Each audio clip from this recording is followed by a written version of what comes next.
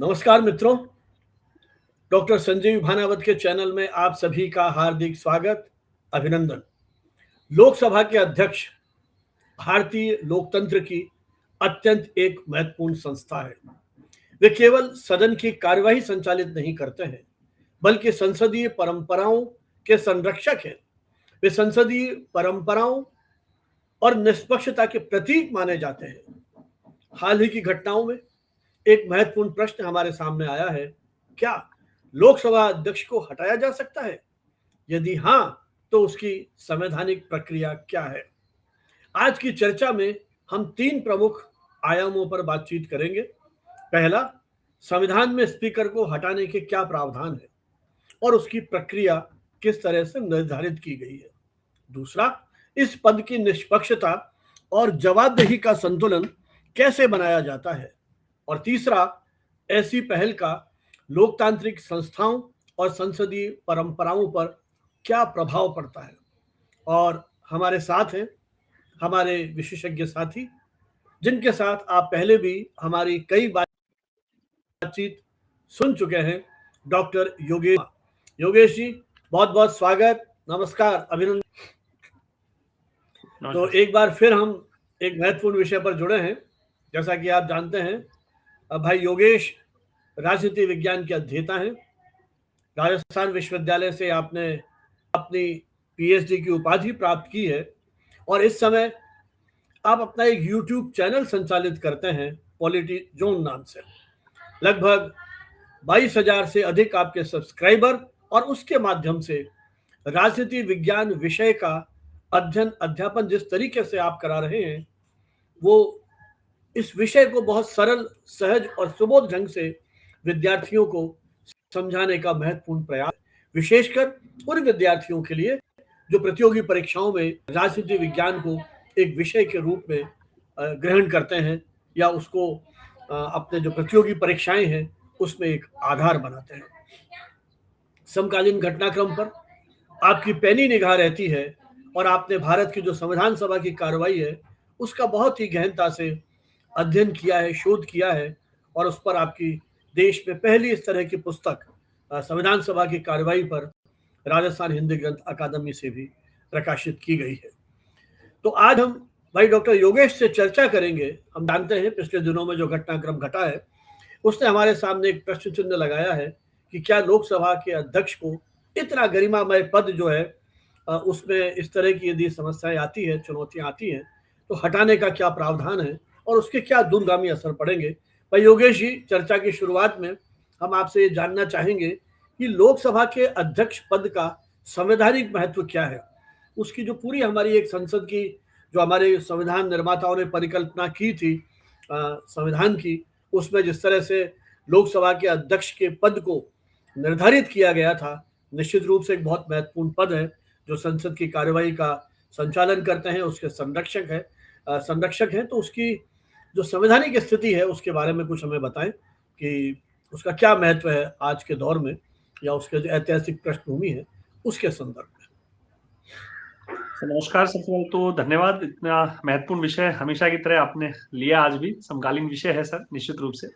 और वैसे भी सर क्या है कि जो डेमोक्रेसी के मंदिर के रूप में संसद को जाना जाता है, और संसद में भी जब बात उस सदन की होती है जो जनता के सदन के रूप में जाना जाता है, जनप्रतिनिधि सदन है वो जो लोकसभा है हमारा, तो जो अपेक्षाएं हैं वो बहुत ज्यादा बढ़ जाती हैं। और एक आम व्यक्ति जिसने राजनीति विज्ञान का या संविधान का बहुत व्यवस्थित रूप से अध्ययन ना भी किया हो, तो भी वो लोकसभा की कार्रवाई या लोकसभा में जो कुछ घटित हो रहा होता है उसको बड़े चाव से देखता है, क्योंकि वस्तुतः उसी के प्रतिनिधि वहां पर बैठे हैं। और फिर स्टेट्स में भी जो विधानसभाएं हैं तो वो केंद्र की लोकसभा को अपनी स्टेट की विधानसभाओं से जोड़कर देखता है, क्योंकि वो जो ढांचा है उसमें काफी अधिक साम्यता रखी गई। मैं थोड़ा सा सर यहाँ एक बड़ी महत्वपूर्ण बात से अपनी बात ये शुरू करूंगा कि ये जो स्पीकर की जो बात चलती है जब लोकसभा की बात होती है, चूंकि संसदीय जो व्यवस्था है, हमारा जो अनुभव था ब्रिटेन के साथ, हमने उस अनुभव को तरजीह दी थी संविधान सभा में जब चर्चा हुई थी कि भाई हम संसदीय प्रणाली को अपनाएं या अध्यक्षीय प्रणाली को अपनाएं। तो हमने भले अध्यक्षीय प्रणाली के कुछ गुण थे, संसदीय प्रणाली के अपने गुण थे, लेकिन हमने साथ ही साथ ये महसूस किया कि हमारा जो एक दीर्घकालीन अनुभव था ब्रिटिश गवर्नमेंट के साथ, और उसके साथ हमारा जो एक राजनीतिक और कानूनी जो स्ट्रक्चर डेवलप हुआ था, तो हमने संसदीय जो प्रणाली उसको महत्व दे दिया था। चूंकि महत्व दे दिया संसदीय प्रणाली, तो जाहिर सी बात थी कि वहां जो संसद का जो गठन जिस प्रकार से होता है, जो भी पदनाम वहां चलते हैं, उनका भी प्रभाव आना था। और ये जो स्पीकर का संदर्भ है, ये ब्रिटिश संसद का जो लोअर हाउस है, जिसे निम्न सदन कहा जाता है, जो हाउस ऑफ कॉमन्स कहलाता है, और हिंदी में हम उसको लोक सदन बोल देते हैं, वहां से व्यवस्था स्पीकर की आई थी। मूल बात ये थी कि करीब 1400 के आसपास से डेवलपमेंट हो गया था। लगभग 600 वर्ष पुराना ये पद है सर, ऐतिहासिक रूप से इसको अगर हम देखते हैं तो परंपरा तो इसकी बड़ी समृद्ध रही है सर। और मूल बात ये थी कि स्पीकर नाम इसलिए रखा गया था वहां की सदन की ओर से सम्राट के समक्ष या महारानी के समक्ष जो है वो अपनी बात रखी जाती थी। इस वजह से, चूंकि स्पीक यानी बोलना, तो स्पीकर जो है वो वक्ता है, प्रवक्ता है, तो सदन की जो शिकायतें या सदन की जो बातचीतें हैं, सदन की जो अपेक्षाएं हैं, वो सम्राट के समक्ष रखते थे। चूंकि हमारे संविधान की विशेषता रही कि हमने चीजों को अपनाया तो सही, लेकिन उसे हमने, हमारे जो संविधान निर्माता थे बड़ी कुशल थे वो लोग, तो उन्होंने उन चीजों को मॉडिफिकेशन किया। जिस समय सर संविधान चल रहा था हमारा, उस समय पर संविधान सभा का जो 5वां अधिवेशन है, जो अगस्त 1947 में हुआ था, जहां भारत की आजादी की घोषणा भी हुई थी, ये वो अधिवेशन था। तो उस अधिवेशन में ये प्रस्ताव राजेंद्र प्रसाद जी के द्वारा रखा गया, जो संविधान सभा के अध्यक्ष थे। उन्होंने बड़ा एक शानदार वर्गीकरण किया। उन्होंने माना कि जिस समय हम संविधान का निर्माण कर रहे हैं, उस समय अध्यक्षता जो प्रेसिडेंट हैं, जो पदनाम जो वो खुद थे, उनके द्वारा की जा रही है। लेकिन चूंकि हमें आजादी की घोषणा हो गई थी, और जब तक संविधान लागू नहीं होता है तब तक यही संविधान सभा देश के लिए विधान का कार्य करेगी। भले इंडियन इंडिपेंडेंस एक्ट 1947 लागू हो गया था, लेकिन काम तो हमें करना होगा। तो क्यों ना हम एक वर्गीकरण कर दें कि जब संविधान सभा संविधान निर्माण का कार्य करे, यानी संविधायी कार्य करे, इंग्लिश में उसको कॉन्स्टिट्यूएंट वर्क बोल देते हैं सर, तो तब तो इसकी अध्यक्षता डॉक्टर राजेंद्र प्रसाद जी करेंगे। और जिस समय ये विधायी कार्य, यानी कि जो लेजिस्लेटिव कार्य करे, लेजिस्लेटिव असेंबली के रूप में, इसकी जो अध्यक्षता है वो किसी अन्य व्यक्ति के द्वारा की जाए, जो संविधान सभा के अंतर्गत ही शामिल रहे हों। और इसको लेकर एक उन्होंने सब कमेटी बना दी, और उस सब कमेटी की रिकमेंडेशन आई, और रिकमेंडेशन के आधार पर यह तय हुआ कि जब ये विधायी कार्य करेगी, तब इसकी अध्यक्षता गणेश वासुदेव मावलंकर जी के द्वारा की जाने लगी। और नवंबर 1947 से सर ये अध्यक्षता गणेश वासुदेव मावलंकर जी ने की। तो एक तरह से दो काम हो गए सर, एक तो संविधान सभा हो गई और दूसरा विधायी कार्य। तो जब तक संविधान निर्माण होगा जिस दिन, उस दिन राजेंद्र प्रसाद जी अध्यक्षता करेंगे। जब वही संविधान सभा देश के लिए कानून बनाएगी, विधान बनाएगी, तब उस समय जो है गणेश वासुदेव मावलंकर जो विधायी निकाय के अध्यक्ष है वो ये काम करेंगे। तो ये इसका सर दूसरा संदर्भ हो गया जो वहां से हम देखते हैं। अब तीसरा संदर्भ ये है कि चूंकि व्यवस्था आनी थी, लोकसभा एक जनप्रतिनिधि सदन है, और हमारे कॉन्स्टिट्यूशन के आर्टिकल 79 से आर्टिकल 122 तक संसद का जिक्र है। तो उसमें संसद का जो गठन है, दोनों जो सदन है, उनकी जो संरचना है, उनका क्या उनका कार्यकाल होगा, किस प्रकार से उनके सत्र बुलाए जा सकेंगे, कैसे उनके जो है शपथ होंगी, ये सारे जो प्रावधान रचे गए, तो वहां आर्टिकल 93 से आर्टिकल 97 तक जो है वो लोकसभा के अध्यक्ष और उपाध्यक्ष से संबंधित हमको आर्टिकल मिलते हैं। उसके अलावा एक आर्टिकल 99 है, एक आर्टिकल 100 है, जहां शपथ का प्रावधान मिलता है सदस्यों का, जहां एक मतदान का प्रावधान मिलता है आर्टिकल 100 में। तो ये प्रावधान भी सर वहां पर आ गए। उसके अलावा भी चूंकि लोकसभा एक विधायी संस्था है सर, कानून निर्माण करती है, और कानून निर्माण जब होता है तो सरकार का इन्वॉल्वमेंट होता है उसमें। तो सरकार से संबंधित भी जितने आर्टिकल हैं, वहां भी जब जब हम बात करते हैं, वहां लोकसभा की चर्चा आती है। और चूंकि लोकसभा की अध्यक्षता जो व्यक्ति कर रहे हैं, उनकी चर्चा आना वहां स्वाभाविक हो जाता है। तो पूर्णतः संवैधानिक पद है सर, ना केवल संवैधानिक पद है, बल्कि मैं एक बात और इसमें एड ऑन कर दूंगा आगे बढ़े उससे पहले, कि जिस समय सर सदन चलता है, उस समय पर विपक्ष, उस समय विपक्ष तो छोड़े सर, जो सत्तारूढ़ दल का भी जो नेता है, सदन का जो नेता है, इवन जो प्रधानमंत्री भी हैं, चूंकि जनप्रतिनिधि सदन में ही वो बैठेंगे, वहीं वो बैठते हैं, तो प्रधानमंत्री भी एक सदस्य के रूप में वहां बैठ रहे हैं। उस समय पर जो स्पीकर हैं वो सदन की अध्यक्षता कर रहे हैं, सदन की सारी कार्रवाई का संचालन कर रहे हैं। इसलिए इंग्लैंड में बड़ा एक फेमस कोट था, मैं उसको जरूर बताऊंगा सर। डिज़राइली ने ये लाइन कही थी कि अध्यक्ष की पोशाक की जो खड़खड़ाहट है, वो सदन की किसी भी गड़बड़ी को शांत कर देने के लिए पर्याप्त होती है। तो ये इसका महत्व सर मैंने ऐतिहासिक भी बताने का प्रयास किया, और पूर्ण रूप में ये संवैधानिक संदर्भ है सर इसका। योगेश जी, आपने बहुत ही रोचक ढंग से उस पूरी परंपरा को समझाया। सदी का एक तरह से विरासत, बिल्कुल सर, जिनको हम स्पीकर कहते हैं अंग्रेजी में, क्या प्रतीकार्थ है ये भी मुझे लगता है हमारे उनको पहली बार मालूम पड़ा होगा कि लोकसभा के अध्यक्ष को स्पीकर क्यों कहा जाता है। आपने हाउस ऑफ कॉमन्स का रेफरेंस देते हुए लोअर हाउस की बात की, जबकि राज्यसभा में हमारे यहाँ चेयरमैन कहते हैं, वहाँ स्पीकर नहीं कहते हैं। तो ये आपने महत्वपूर्ण बात बताई कि चूंकि राजा के समक्ष वो सदन की जो भी समस्याएं हैं, शिकायतें हैं, जो भी कुछ कहना है, वो प्रवक्ता के रूप में वो कहते थे, इसलिए वो नामकरण हुआ। निश्चित रूप से ब्रिटिश परंपराओं से हमारा संविधान बहुत प्रभावित है और हमारे संविधान निर्माताओं ने विभिन्न देशों के संविधानों का अध्ययन करके एक मौलिक संविधान रचने का एक अनूठा प्रयास किया है। तो उसमें भी लोकसभा के अध्यक्ष की अपनी महत्ता है और देश के प्रधानमंत्री को भी सदन में रहते हुए उनके निर्देशों की परिपालना करनी पड़ती है। तो ये तो आपने बहुत बढ़िया बात कही कि किस तरह से इतिहास में उसका महत्व है। लेकिन संविधान के 94C अनुच्छेद के तहत आपने बताया कि 93 से लेकर 97 तक या 100 तक वो विधान लोकसभा के जो अध्यक्ष है उनके बारे में सब अनुच्छेदों में कहा गया है।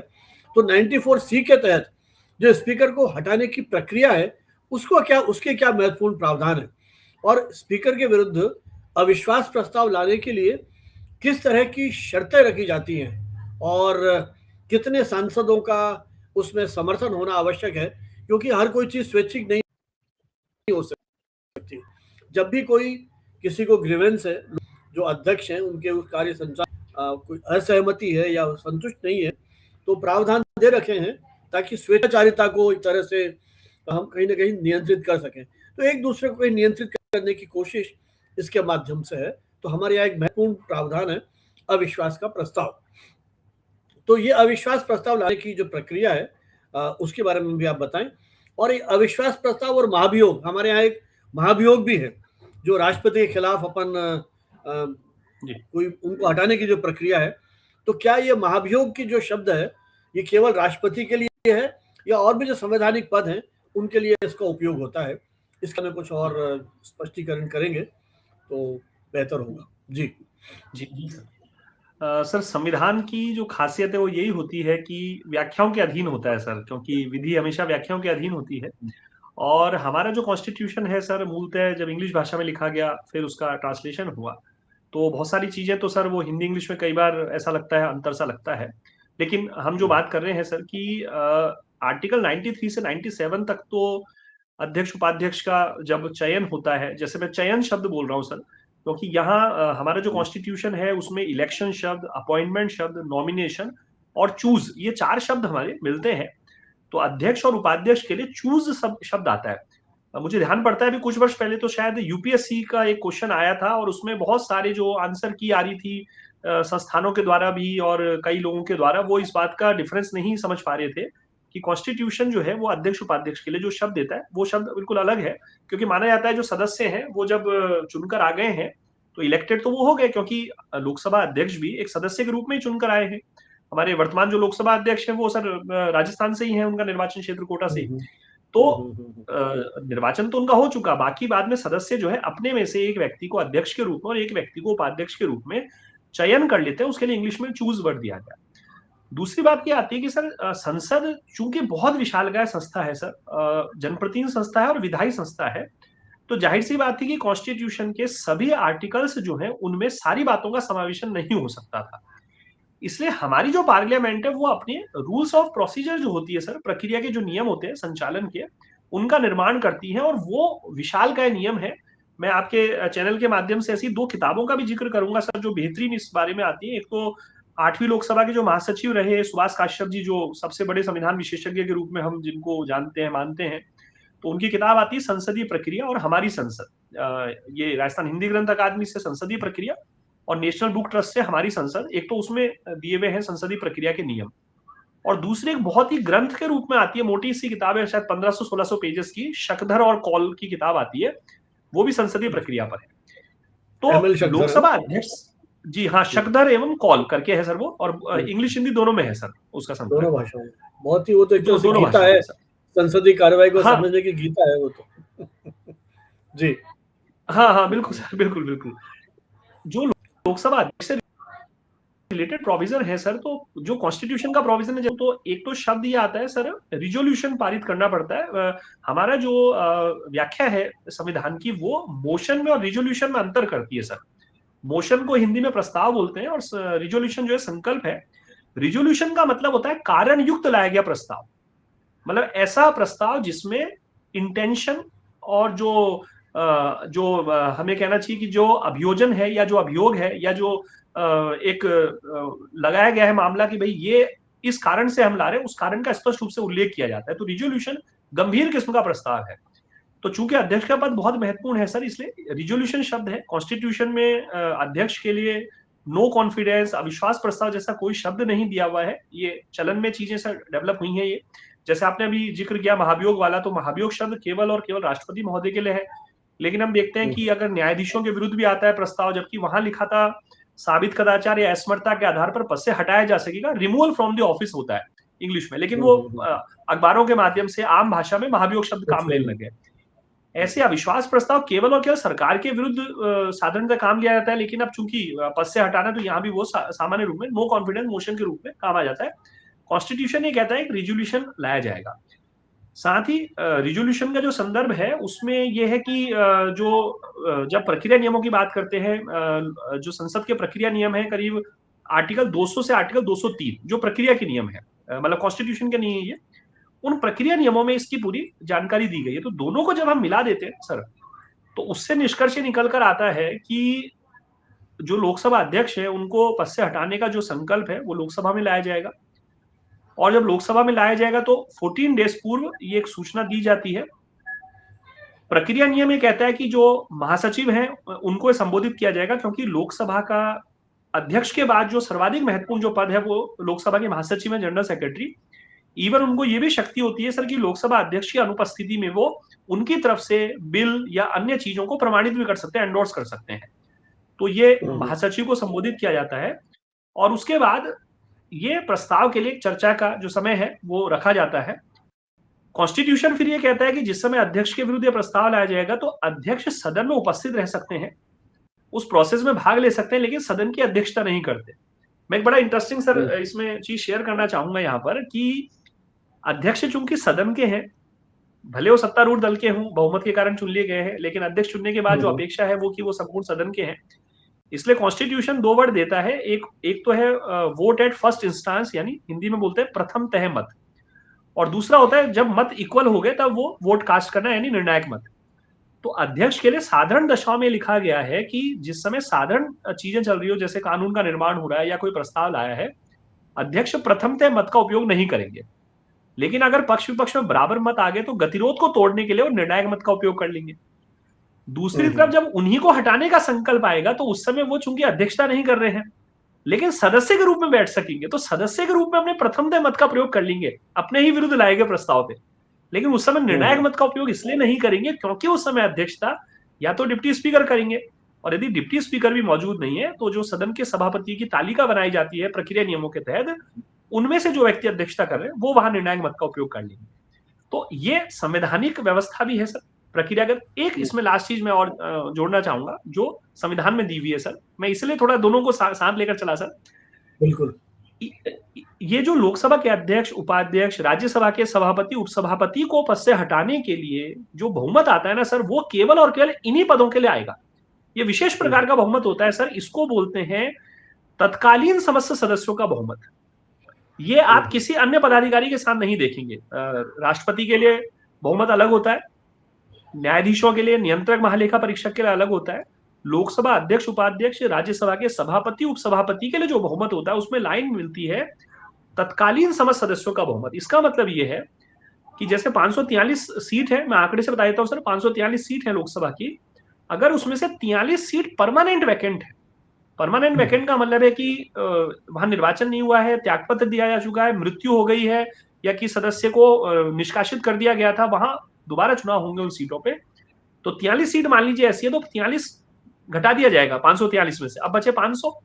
उस 500 का आधे से एक अधिक यानी 251, तो वो कहलाएगा तत्कालीन समस्त सदस्यों का बहुमत। तो ये केवल सर ये जो लाइन है वो केवल अध्यक्ष, उपाध्यक्ष, सभापति, उपसभापति को पद से हटाने के लिए आती है। पूरे कॉन्स्टिट्यूशन में और कहीं लाइन नहीं मिलती है सर। तो ये उसकी प्रक्रिया है जो मैंने अभी जिक्र किया, संवैधानिक और संसदीय प्रक्रिया नियमों के अंतर्गत सर। जब वो प्रस्ताव चर्चा के लिए स्वीकार होगा ना, तो उससे पहले सर ये प्रक्रिया नियमों में दिया है कि 50 मेंबर जो है एटलीस्ट वो उस प्रस्ताव के समर्थन में होने चाहिए। जैसे अभी तो सिग्नेचर कर दिए 120 लोगों ने, इससे कोई मतलब नहीं है, इंडिविजुअल सांसद भी ला सकते थे इस प्रस्ताव को तो, लेकिन उसको चर्चा के लिए स्वीकार करते समय 50 जो सदस्य हैं लोकसभा के कम से कम, उनके हाथ रेस कराए जाएंगे, उनको काउंट कर लिया जाएगा, उसके बाद ये चर्चा के लिए लाया जाएगा, अन्यथा प्रस्ताव वहां गिरा हुआ मान लिया जाएगा। ये इस बात।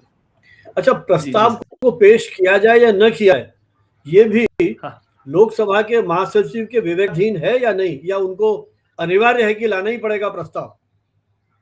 मेरा मतलब है जैसे 120 सांसदों ने हस्ताक्षर करके एक प्रस्ताव दिया वहां पर, अब उसके बाद क्या लोकसभा के महासचिव को यह अधिकार है कि वो उसकी मेरिट डिमेरिट्स को ध्यान में रखते हुए उस प्रस्ताव को वहीं पर रद्द कर दे पहली स्टेज पे?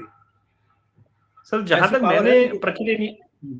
मैंने प्रक्रिया नियम पढ़े सर, इस प्रकार का मुझे मतलब मेरी नजरों से नहीं निकला है कि इस प्रकार की स्थिति, क्योंकि होता यह है कि सर जैसे वहां सदन में लाया जाएगा इस चीज को, जैसे न्यायाधीशों के विरुद्ध जो प्रस्ताव आते हैं और वो लोकसभा अध्यक्ष या राज्यसभा सभापति को दिया जाता है, उनको अधिकार होता है सर न्यायाधीशों के विरुद्ध, लेकिन यहाँ लोकसभा अध्यक्ष के विरुद्ध आ रहा है तो वहां स्वीकार करना ही पड़ेगा सर, और उस पर फिर वो देखा जाएगा 50 सदस्य वाला, यदि वो कोरम पूरा नहीं होगा तो वो प्रस्ताव चर्चा के लिए नहीं।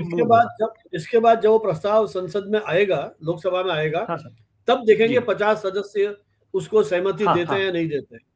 बिल्कुल सर, बिल्कुल। हाँ, उसके बाद ये चर्चा के लिए जैसे ही अविश्वास प्रस्ताव पेश किया गया, अविश्वास प्रस्ताव में उस बोलचाल की भाषा में कह रहा हूँ, एक संकल्प लेकर के आया गया कि लोकसभा के अध्यक्ष को हटाना है, और लोकसभा के अध्यक्ष ने तय किया, अभी हमारे वर्तमान अध्यक्ष ओम बिरला जी ने, कि मैं अब संसदीय कार्रवाई में नहीं आऊंगा अध्यक्ष के रूप में। एक नैतिकता के नाते उन्होंने ये कहा। तो ये जो परंपरा है अध्यक्ष के न आने की, ये संवैधानिक बाध्यता है या अध्यक्ष अपने नैतिक आधार पर स्वयं तय करते हैं?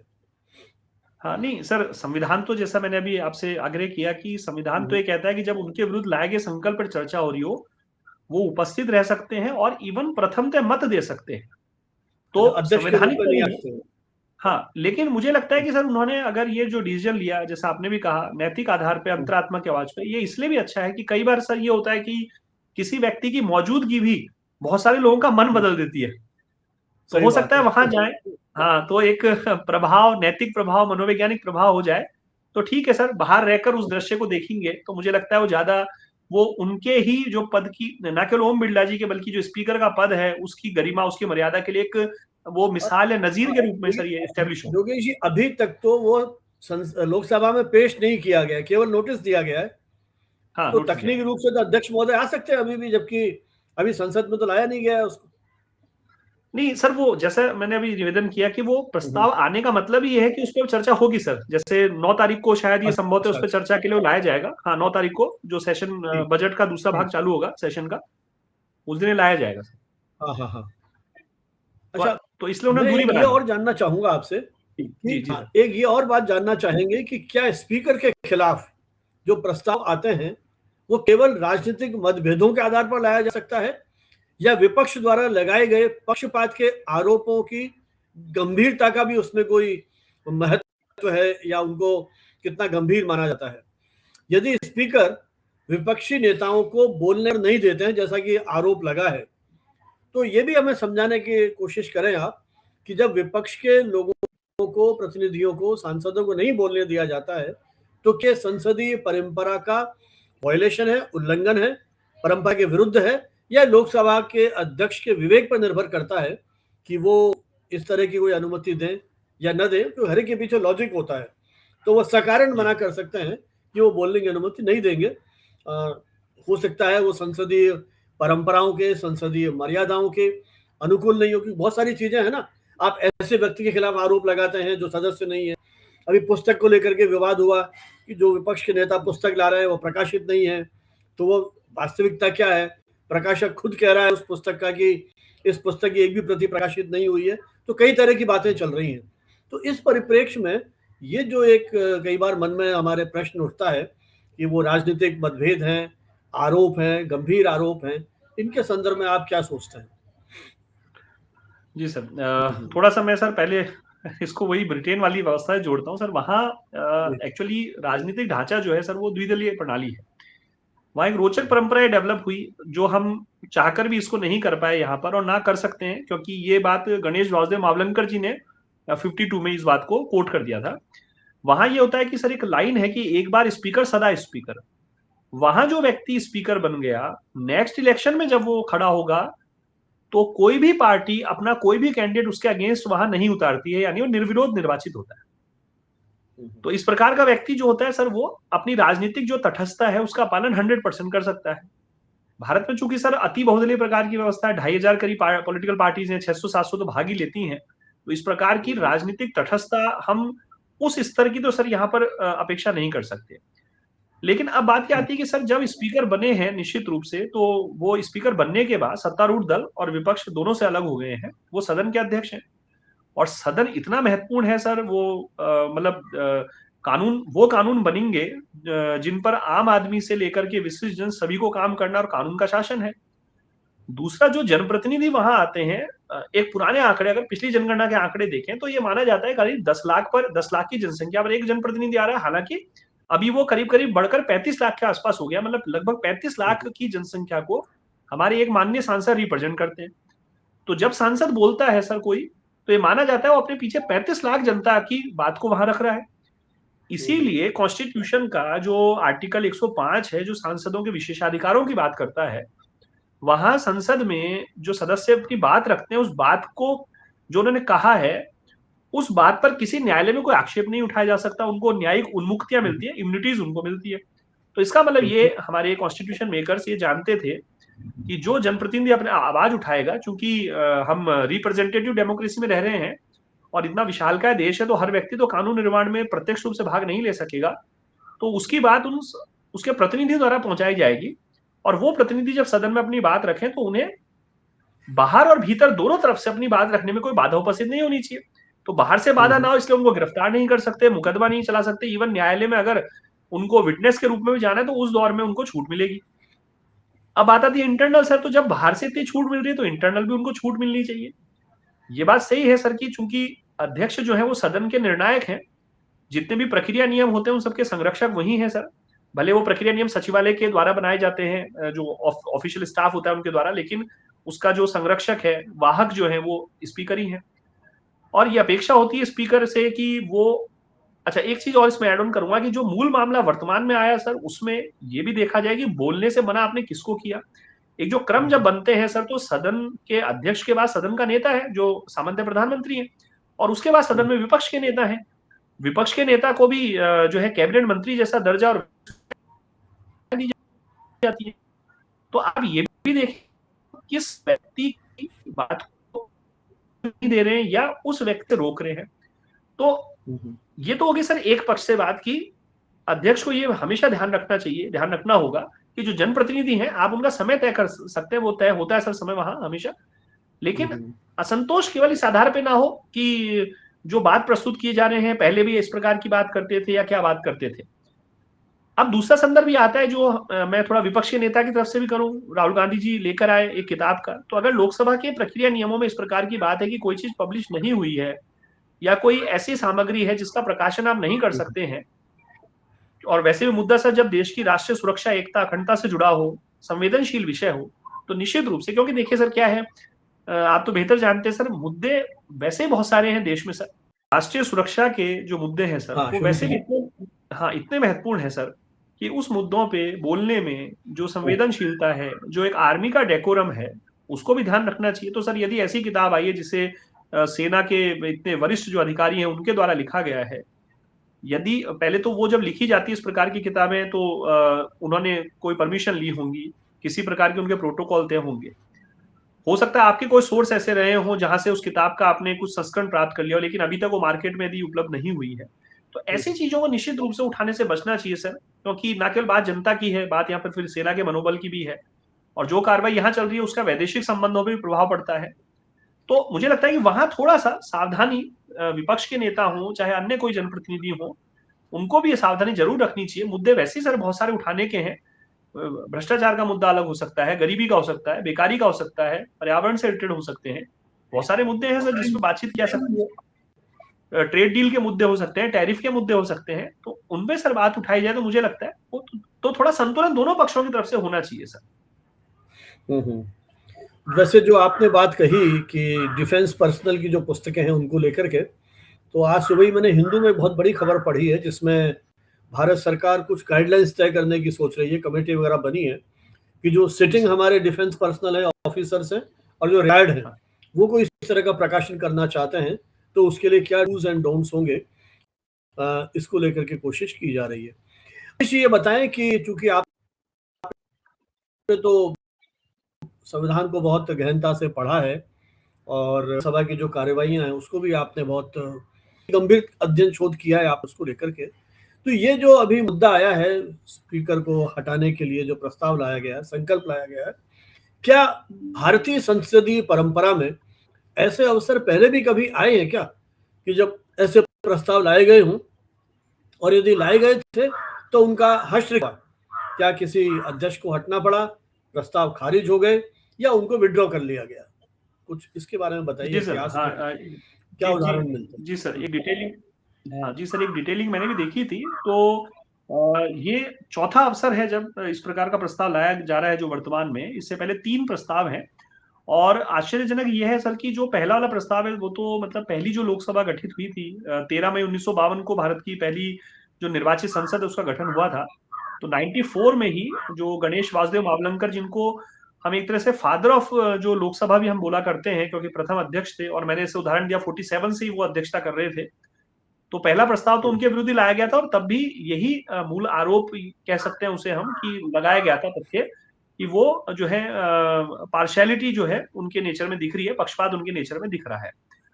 वो प्रस्ताव आया था और समाजवादी जो लोग थे उनके द्वारा लाया गया था, जो संसद के सदस्य थे, और वो पास वहां चर्चा के लिए प्रस्तुत भी हुआ, आवश्यक समर्थन भी उसमें मिला और करीब 2-3 घंटे की उसमें बहस चली। उसके बाद वो मेजोरिटी के अभाव में गिर गया। उस समय पर एक बड़ा अच्छा सर स्टेटमेंट मुझे पढ़ने को मिला कि जो तत्कालीन प्रधानमंत्री थे जवाहरलाल नेहरू जी, उन्होंने एक बड़ी अच्छी बात ये कही थी कि इस तरह का जो प्रस्ताव है वो इसलिए बहुत दुखद है क्योंकि ये उस पद के विरुद्ध लाया जा रहा है जो पद लोकतांत्रिक निष्ठा, लोकतांत्रिक गरिमा और मर्यादा को जो है सूचित करता है। इसलिए मेरा ऐसा मानना है, नेहरू जी ने कहा कि विपक्ष को हमें और ज्यादा बोलने का मौका देना चाहिए। तो ये बड़ा अच्छा मुझे एक सेंटेंस लगा कि उस समय देश के जो प्रधानमंत्री हैं वो उन्होंने खुद ये आग्रह किया है कि विपक्ष को ज्यादा से ज्यादा बोलने का मौका दिया जाना चाहिए ताकि इस प्रकार के जो प्रस्ताव हैं उनको लाने की कोई अवसर या कोई आवश्यकता ना रहे। दूसरी बात सर 1966 का, ये घटना कब की बता रहे हैं योगेश? 1954 की? कब की ये घटना? ये हाँ 54 का मेरे पढ़ने में आया सर ये। ओके। हाँ उस समय क्योंकि पहली लोकसभा थी 52 से 57 तक सर। हाँ दूसरा और तीसरा जो घटनाक्रम है वो 1966 और 1987 का है। सरदार हुकुम सिंह जी थे 66 में और 87 में बलराम जाखड़ जी थे।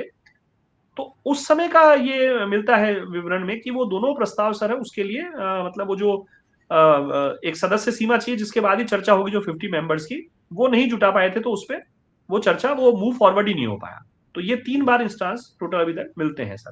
तकनीकी रूप से एक ही बार बहस हुई है, 2 बार ये प्रस्ताव या संकल्प जो भी आप कहते हैं विड्रॉ कर लिए गए। बिल्कुल सर, बिल्कुल ये चीज सर। लेकिन ये जो आपने कहा कि जो पहला जो इस तरह का संकल्प लेकर के आए थे लोकसभा अध्यक्ष के विरुद्ध, उसमें भी वो पूर्वाग्रह और पक्षपात की बात की गई थी। मुझे लगता है कि ये पीड़ा तो हर सदन मतलब हर जो कार्यकाल है सदन का उसमें विपक्षों को रहती होगी। विपक्ष कोई भी हो उससे फर्क नहीं पड़ता कि वो कौन सी पार्टी के हैं, तो जो विपक्ष में उसको हमेशा इस बात की शिकायत रहेगी कि मुझे बोलने का समय कम दिया गया। तो इस तरह की बातों में मुझे लगता है कि बड़ा मुश्किल है कोई ऐसा पैमाना तय करना कि हम ये कह पाए कि अध्यक्ष महोदय अपने विवेकाधिकार का उपयोग करते हुए, हालांकि शायद इसमें जो राजनीतिक दलों के सदस्य हैं फिर वो जनसंख्या ऐसा कुछ करके फॉर्मूला है जिस आधार पर टाइम अलॉट किया जाता है, बोलने की व्यवस्था है ना सदन में, या शायद सर बिल्कुल मतलब ये आर्बिट्री थोड़ी है कि अध्यक्ष अपनी मर्जी से टाइम तय करेंगे कि आपको इतनी देर बोलना है। इसका कोई तो नियम होगा हमारे यहाँ पर। हाँ वो सर सारा ये सचिवालय के माध्यम से तय होता है और निश्चित रूप से शायद ये प्रक्रिया नियमों में होगा, मुझे भी इसकी बहुत जानकारी नहीं है सर। जैसे हम जब अध्यक्षीय शक्तियां जी अध्यक्षीय शक्तियां कुछ कह रहे थे आप जी, जब हम अध्यक्षीय शक्तियां वगैरह पढ़ते हैं ना सर जिस समय या पढ़ाते हैं उनको, तो उस समय हम इसको रिलेट करते हैं कि वो सदस्यों के बोलने का, सदस्यों को अपनी मातृभाषा में बोलने की इजाजत दे सकते, संसदीय जो शब्दावली उनको बाहर निकलवा सकते। लेकिन ये पृष्ठ में सारा काम वहां वो प्रत्यक्ष में करते हैं, पृष्ठ में सारा काम जो लोकसभा प्रक्रिया नियम और लोकसभा सचिवालय के माध्यम से सारा कार्य सर संचालित होता है। अच्छा, ये बताइए कि लोकसभा अध्यक्ष के जो निर्णय हैं, जो भी उन्होंने कार्रवाई को संचालित करते समय लिए, ये क्या न्यायिक समीक्षा के लिए उसका आधार बन सकते हैं? न्यायिक समीक्षा के घेरे में आते हैं ये? सर इसमें कॉन्स्टिट्यूशन का जो आर्टिकल 121 और 122, पहले तो मैं वहां से बात शुरू कर रहा हूँ, फिर एक हम उसका केस का जिक्र करेंगे। तो 121 और 122 जो है सर बड़े महत्वपूर्ण आर्टिकल है, क्योंकि ये दोनों आर्टिकल ये कहते हैं, एक आर्टिकल तो ये कहता है कि जो संसद की जो कार्रवाई है वो न्यायिक जो हस्तक्षेप है उससे मुक्त होगी, और दूसरा आर्टिकल ये कहता है कि जो न्यायालय, जो न्यायाधीशों के द्वारा जो किया जा रहा है उस पर संसद में चर्चा नहीं होगी, केवल जब न्यायाधीशों को पद से हटाना हो उस समय को छोड़कर वो चर्चा नहीं होगी। इसलिए संसद में सामान्यतः जो उनकी डेली की जो प्रक्रिया है सर, अध्यक्ष उसको देखते हैं, तो प्रश्नकाल से शुरू होती है, शून्यकाल आ जाता है, और विविध प्रकार के प्रस्ताव होते हैं, चाहे वो धन्यवाद प्रस्ताव हो, या वो ध्यानाकर्षण हो, या निंदा प्रस्ताव, या अभी बजट की चर्चा हो, ये सारी की सारी। तो संविधान तो ये कहता है कि जो संसद है वो जब काम कर रही है उसकी प्रोसेस में तीसरी कोई भी अन्य संस्था हस्तक्षेप नहीं करेगी, लेकिन जब वो कानून वगैरह बन के आ जाता है तब न्यायालय फिर उसकी स्क्रूटनी करता है। लेकिन यहाँ थोड़ा सा संदर्भ अलग है, यहाँ बात हो रही है सर कि अध्यक्ष जो कार्य कर रहे हैं, इसमें थोड़ा सा मैं एक उदाहरण दूंगा सर। एक बड़ा ही फेमस केस है भारत का, 92 का शायद ये केस था, वो आज तक सर नजीर है एंटी डिफेक्शन में, दल बदल के जो कानून है उस पर केस था सर। किहोतो होलोहान बनाम जाचिल्हू एक वाद था उस समय, किहोतो होलोहान नाम से फेमस हुआ सर वो। उस समय ये हुआ था सर कि जो 52nd अमेंडमेंट था 1985 में, जिससे दल बदल कानून आया था, और जो उसके लिए एक अनुसूची डाली गई थी 10th शेड्यूल में ये लिखा गया था कि जो भी अयोग्यता का फैसला होगा दल बदल के मामलों में वो सदन का अध्यक्ष या सभापति करेंगे, या तो राज्यसभा में सभापति या लोकसभा अध्यक्ष, और उनका जो फैसला होगा वो अंतिम होगा। अंतिम का मतलब ये था कि उस पर कोई कार्रवाई नहीं होगी।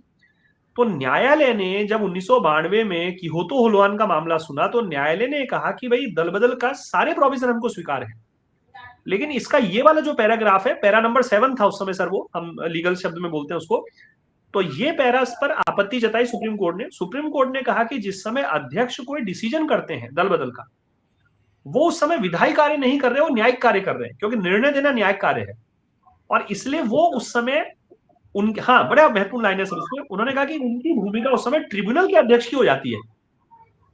वो उस समय लोकसभा के स्पीकर नहीं रहते, एज ए ट्रिब्यूनल के अध्यक्ष के, और जितने भी ट्रिब्यूनल हैं उन सबके फैसलों की अपील जो है वो सुप्रीम कोर्ट में की जा सकेगी। इसलिए ये वाला क्लॉज जो है वो स्टेक डाउन करा दिया, ये क्लॉज हट गया सर वहां से सुप्रीम कोर्ट के निर्देश के बाद। अच्छा, तो दल बदल के मामलों में अगर स्पीकर डिसीजन लेते हैं, वो निर्णय को चुनौती सर सीधे सीधे दी जा सकती है। एक तो उदाहरण मैंने ये दिया सर आपको, एक दूसरा और रोचक उदाहरण है सर, 2017 में जब आधार विधेयक आया था सर, आधार वाला जो मामला था, तो इस अध्यक्ष को एक बड़ी महत्वपूर्ण शक्ति मिली हुई, लोकसभा अध्यक्ष को, वो धन विधेयक को प्रमाणित करते हैं सर। मतलब किसी विधेयक को प्रमाणित कर सकते हैं कि ये धन विधेयक है अथवा नहीं। तो आधार का जो विधेयक था उसे धन विधेयक के रूप में प्रमाणित कर दिया गया था। तो तब अध्यक्ष के डिसीजन को सुप्रीम कोर्ट में चुनौती दी गई थी। हालांकि सुप्रीम कोर्ट ने बाद में कुछ वर्षों बाद उसको स्वीकार करा उसकी कुछ शर्तों पर, लेकिन ये दो विषय ऐसे बताते हैं सर कि अध्यक्ष की जो शक्ति है वो न्यायिक समीक्षा के दायरे में है। चलिए, ये बड़े काफी मतलब रोचक है, और तरह से शब्दों को लेकर के ये सारी बहस चलती है, और उसके हिसाब से पूरे इतिहास जो है वो बदल जाता है। हालांकि मुझे ऐसे और भी किस्से मिल सकते हैं सीधे अध्यक्ष से जुड़े हुए, लेकिन जैसे पहला मामला आया था केशव सिंह वाला, जब विधानसभा ने उनको सजा दी थी 7 दिन की, वो मामले में फिर न्यायालय के अंदर गए। तो यूं संसद और न्यायपालिका की टकराहट के कुछ उदाहरण हमारे यहाँ इतिहास में, संसदीय इतिहास में मिलते हैं, और हर एक के साथ कहीं न कहीं बड़े रोचक और रोमांचक जिसे कहें अपन मुद्दे जुड़े हुए। अच्छा योगेश जी, जिस तरह से अध्यक्षीय पद को लेकर के ये हंगामे हो रहे हैं, सदन स्थगित हो रहे हैं, और जिस तरह का ये सारा हम देख रहे हैं पिछले दिनों में, सारे मतदाता देख रहे हैं, पूरे देश की जनता देख रही है, टीवी लाइव टेलीकास्ट है उसमें देख रहे हैं, अखबारों में पढ़ रहे हैं, क्या लगता है आपको इन सब घटनाक्रम से देश की जो संसदीय इतनी महत्वपूर्ण हमारी संस्था, इतना इसका लंबा और समृद्ध इतिहास, तो ये पूरी जो संसद की गरिमा है, क्या लगता है कहीं कोई क्षरण हो रहा है क्या इस तरह का? क्या क्या महसूस करते हैं दौर में? बिल्कुल सर, 100% आपने बहुत ही बढ़िया बात कही है। और इस विषय पर तो सर क्या है कि लंबे समय से ये विषय विचाराधीन है, क्योंकि हमारी जो संसदीय व्यवस्था है सर, उसमें जो तीनों अंग हैं, कार्यपालिका, व्यवस्थापिका, न्यायपालिका, उसमें संसद तो इतनी महत्वपूर्ण है कि सर ये कार्यपालिका और व्यवस्थापिका दोनों का संयोजन लेकर चलती है। यानी सरकार सरकार भी यहीं से होती है और विधान भी यहीं से चलता है। उसी संसद में सरकार और सरकार के प्रतिनिधि बैठते हैं, मंत्री बैठते हैं, प्रधानमंत्री बैठते हैं, और उसी में विपक्ष बैठता है। तो इसका मतलब ये था कि सर सरकार को अपनी जो जवाबदारी है, जो अपना उत्तरदायित्व है, वो वहां जो तय करने का मंच है, सबसे पहला वो मंच, जब वो चुनाव जीत कर आ गए हैं उसके बाद वो मंच जो है वो संसद है। तो होना तो ये चाहिए था सर कि जैसे शुरू में कॉन्स्टिट्यूशन ये कहता है कि संसद के जो मिनिमम 2 सत्र होने चाहिए, कॉन्स्टिट्यूशन की जो व्याख्या है वो कहती है 2 सत्र होने चाहिए, हमारे वहां 3 सत्र होने लग गए। होना तो ये चाहिए था कि सर सत्र ज्यादा होने चाहिए थे, 3 से भी ज्यादा, 4, 5, 6 तक सत्र होने चाहिए थे, इतना विशाल का देश है। या जो मौजूदा सत्र हैं वो लंबी अवधि तक होने चाहिए थे। लेकिन पिछले कई वर्षों में देखा गया कि जो संसद के सत्र हैं, जो उनकी बैठकें हैं, वो कमतर होती गई, जो होती हैं वो शोर शराबे की भेंट चढ़ जाती हैं। और अब की बार जो ये मामला आया है, निश्चित रूप से सर वो जो पद है वो न केवल देश में बल्कि पूरी दुनिया में, भारत की हम पढ़ा करते थे जिस समय कॉलेजेस वगैरह के टाइम, तो हमारी एक चाव भी रहता था कि संसद का विजिट करने के लिए, और संसद में पूरा प्रकोष्ठ अलग से चलता है सर, आप तो इन चीजों से बिल्कुल बड़े निकट बिल्कुल। अनुभव रहे होंगे आपके, तो कि एक प्रकोष्ठ चलता है पूरा, कि विदेशों से भी प्रतिनिधिमंडल आते हैं, भारत की संसद की कार्रवाई को देखा जाता है। तो जब सकारात्मक देखा जाएगा तो फिर नकारात्मक भी देखा जाएगा सर। तो ये निश्चित रूप से ऐसी चीज तो नकारात्मक है ही सर, कि इस प्रकार से अगर प्रस्ताव आता है यहाँ, मतलब ये केवल इस बात का सरोकार नहीं है कि जो सांसद हैं उनके अधिकार हैं कि वो अध्यक्ष के विरुद्ध प्रस्ताव ला सकते हैं। मूल बात ये कि तो बड़ी जिम्मेदारी भी सर बड़ी होती है, ये तय बात है। तो वहां होना चाहिए कि असंतोष किन कारणों से उपज रहा है, क्योंकि जो विपक्ष है वो भी इसी देश की जनता का प्रतिनिधि है, सत्तारूढ़ भी इसी देश की जनता का प्रतिनिधि है, और जो स्पीकर है वो ना सत्तारूढ़ के ना विपक्ष के, वो सदन के हैं सर। तो कहीं ना कहीं सर संसदीय परंपराओं का तो शरण इसमें 100% है। ऐसी चीजें अगर आती हैं सर, उसको हम ये नहीं कह सकते कि इस बहाने चर्चा करेंगे नया विकल्प मिलेगा, नहीं सर, चर्चा के लिए हमारे देश में विषयों की कमी नहीं है सर, और विद्वानों की कमी नहीं है सर। तो चर्चा तो अन्य विषयों पर होनी चाहिए थी। लेकिन जैसा योगेश जी आपने कहा कि जो हमारी लोकतांत्रिक परंपराएं हैं, लोकतांत्रिक मर्यादाएं हैं, उसमें सत्ता और विपक्ष दोनों की अपनी महत्ता है। सत्ता जहां अपना जो उनको मैंडेट दिया गया है जिस काम के लिए, उसको पूरा करने के लिए प्रयत्नशील है, वहीं विपक्ष जो है सरकार की उन खामियों में, जिनको वो क्रियान्वित करते हैं, नीतियों में जो खामियां हैं, जनता की जो पीड़ा है, व्यथा है, क्योंकि संसद ही उसका एकमात्र एक मंच है जहां पर वो बात कर सकते हैं, तो वो उन चीज़ों को उठाते हैं, सत्ता से सवाल पूछते हैं, और कहीं ना कहीं उनकी निरंकुशता पर वो अंकुश भी लगाते हैं। तो क्या आपको लगता है कि जिस तरह का गतिरोध उत्पन्न हुआ है, उसमें सत्ता और विपक्ष के बीच में कुछ संवाद की कमी हो रही है? ये इस संकट का जो मूल कारण है, कहीं ऐसा तो नहीं है कि अब दो ऐसे ध्रुव बन गए हैं जो आपस में संवाद नहीं रखते हैं, या संवाद की कहीं कमी है जिसे अपन कम्युनिकेशन गैप कहते हैं? तो क्या क्या क्या कैसे, मतलब हम इस चीज को दूर कर पाए कि उस संवाद स्थापित करते हुए हम लोकतंत्र की मजबूती की ओर आगे बढ़ें, और कैसे इस टकराव को नियंत्रित करें? एक राजनीति विज्ञान के अध्येता के रूप में आपको क्या क्या लगता है कि क्या कोशिश की जानी चाहिए? जी सर, आपने बहुत ही, ये तो मतलब एक बहुत ही प्रासंगिक प्रश्न आपने उठाया है सर, कि निश्चित रूप से जो सत्तारूढ़ दल है, विपक्ष है, उसके मध्य संवाद की कमी कह लें सर, या जो एक पारस्परिक जो अविश्वास है वो इस कदर बढ़ गया है कि वो न केवल चुनावी रैलियों में, हम अब तक ये देखते थे कि चुनावी रैलियों में दिखता था केवल कि सरकार ने वादे किए, पूरे किए नहीं किए, विपक्ष कहता था हम ये करेंगे। वो जो अविश्वास जो था, जो कि एक लोकतंत्र का एक, ठीक है सर, वो नियम भी है एक, कि हर दल खुद का ज्यादा जो है जनाधार जोड़ना चाहता है। लेकिन निश्चित रूप से जब संसद में पहुंचे हैं तो वहां उन पर जिम्मेदारी बहुत बड़ी है, क्योंकि संसद का मूल कार्य जो है कानून निर्माण है, और कानून निर्माण के लिए बात यह है कि बहस होनी चाहिए, एक अच्छा विमर्श होना चाहिए, अच्छा बहुमत जुटाया जाना चाहिए, समितियां को जो है विधेयक सौंपे जाते हैं, बार बार इस प्रकार का टकराव हो रहा है, तो निश्चित रूप से ये तो तय बात है कि सर जो सत्तारूढ़ और विपक्ष हैं उनके मध्य कहीं ना कहीं संवाद का अभाव है। अब इसके लिए सर ये हो सकता है कि जैसे औपचारिक मंच जो संसद है उसके सत्रों की संख्या बढ़ाई जाए, उसमें समितियों की जो कार्यकरण है उसको और प्रभावशाली बनाया जाए, और साथ ही सर इसके अलावा एक चीज और कि कुछ अनौपचारिक तंत्र भी विकसित किए जा सकते हैं सर। जैसे एक सर्वदलीय बैठकें जो होती है वो एक तरह का अनौपचारिक तंत्र है सर, जैसे बजट से पहले की जाती है, या कोई इस प्रकार के सेमिनार्स हैं या कुछ इस प्रकार के आयोजन जिसमें सत्तारूढ़ भी विपक्ष भी शामिल हों। क्योंकि सर कड़वाहट को भुलाना इसलिए जरूरी है क्योंकि सर लोकतंत्र में जो सत्ता है वो हमेशा किसी एक दल के पास नहीं रहती है, हमेशा एक दल के पास रह जाएगी तो फिर लोकतंत्र नहीं होगा, वो अधिनायक तंत्र हो जाएगा। तो सत्ता का तो सर बदलाव होता ही है, साथ ही लोग भी अपनी पार्टी चेंज करते हैं, जो आज सत्तारूढ़ में वो कभी विपक्ष में चल जाते हैं, विपक्ष क्या सत्तारूढ़ में। इसी बात से मुझे ध्यान आया सर एक महत्वपूर्ण उदाहरण की, स्पीकर तो इतने महत्वपूर्ण माने गए हैं कि जो हमारा दल बदल कानून है सर 10वीं अनुसूची, उसमें अगर चुनाव जीतने के बाद अपनी मूल दल को छोड़कर किसी अन्य पॉलिटिकल पार्टी में शामिल हो जाए तो वो डिफेक्शन के दोषी हैं।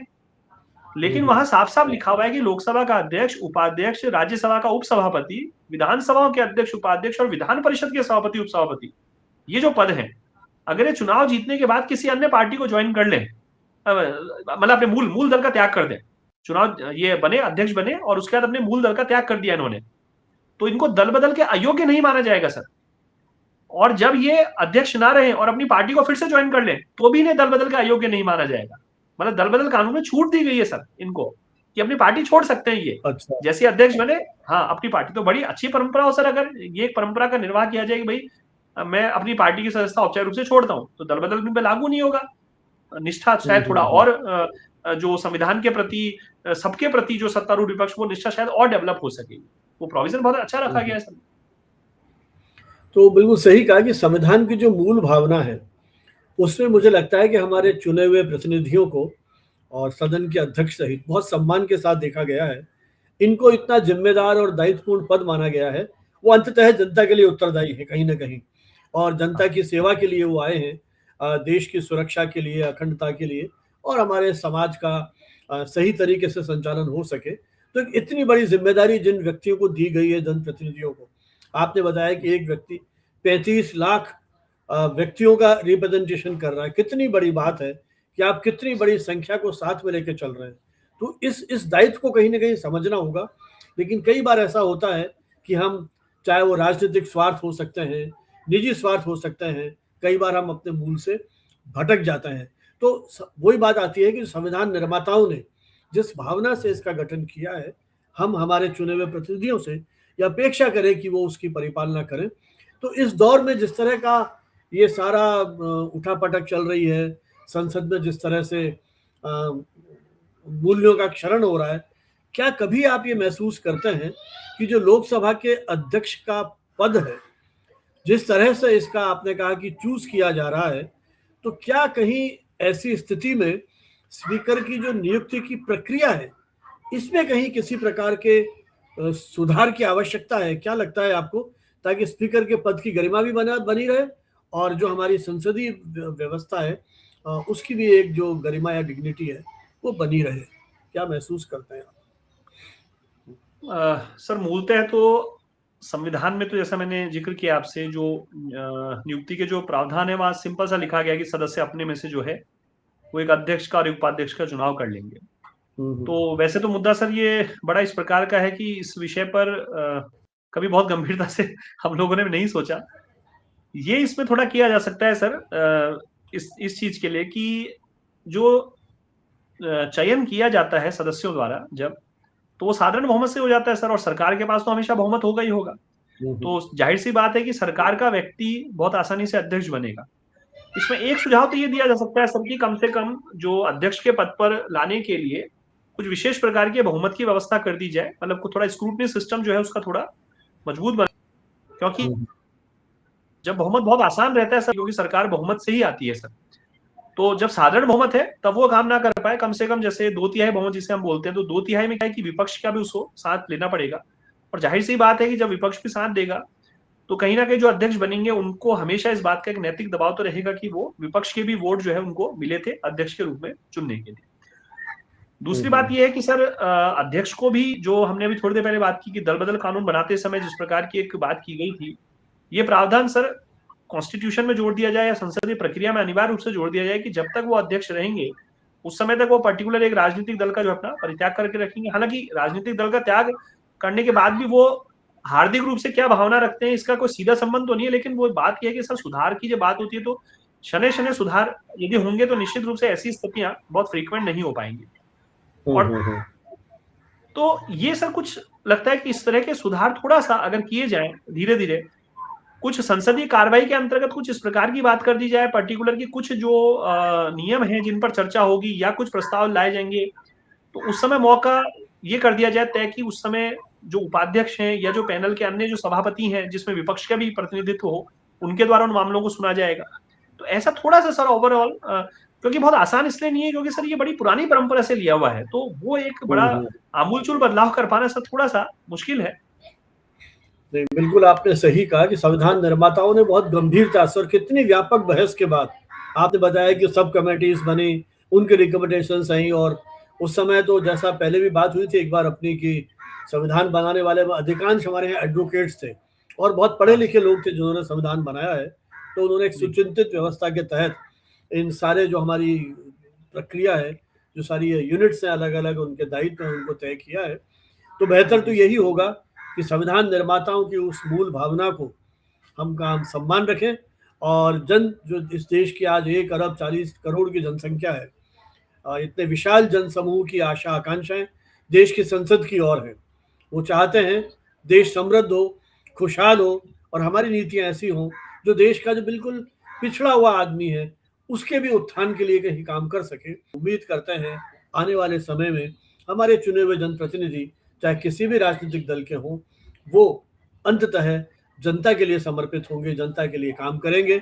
और देखते हैं लोकसभा में जिस प्रकार से ये आप ही के शब्द में कहूँ संकल्प जो लेकर के आया गया है लोकसभा के अध्यक्ष को हटाने का, उम्मीद करते हैं कि इस विवाद का भी एक सम्मानजनक हल जो है वो निकलेगा और सदन उसी प्रकार अपनी गरिमा से ये कार्रवाई को और आगे चलाएगा। योगेश जी, आपने समय दिया और इसके अलग अलग पक्षों पर इतना रोचक संवाद किया, आपको बहुत बहुत धन्यवाद। और हमारे दर्शकों से अनुरोध कि उन्हें ये चर्चा किस तरह की लगी, उनके मन में भी कहीं कोई प्रश्न हो, कोई विचार हो, देश की इस लोकसभा के जो पद है उसको लेके कोई सोचते हो, उनके पास कोई मौलिक अवधारणा हो, विचार हो, हमारे कमेंट बॉक्स में लिखें, ताकि ये जो हमारी एक विचार यात्रा है इसको हम चाहते हैं कि ये भी एक विचार आंदोलन के रूप में परिणित हो और इन मुद्दों को हम आगे पहुंचाएं, नीति निर्माता तक तो पहुंचाएं, ताकि जिन समस्याओं से, जिन चिंताओं से हम कहीं रूबरू हो रहे हैं उससे सदन में बैठे हुए हमारे प्रतिनिधि भी कहीं जुड़े, समझें और उसके समाधान के लिए आगे आए। इसी आह्वान के साथ फिर मिलते हैं ऐसे ही किसी समकालीन मुद्दे पर बातचीत के लिए। बहुत बहुत धन्यवाद एक बार फिर। जय हिंद, धन्यवाद।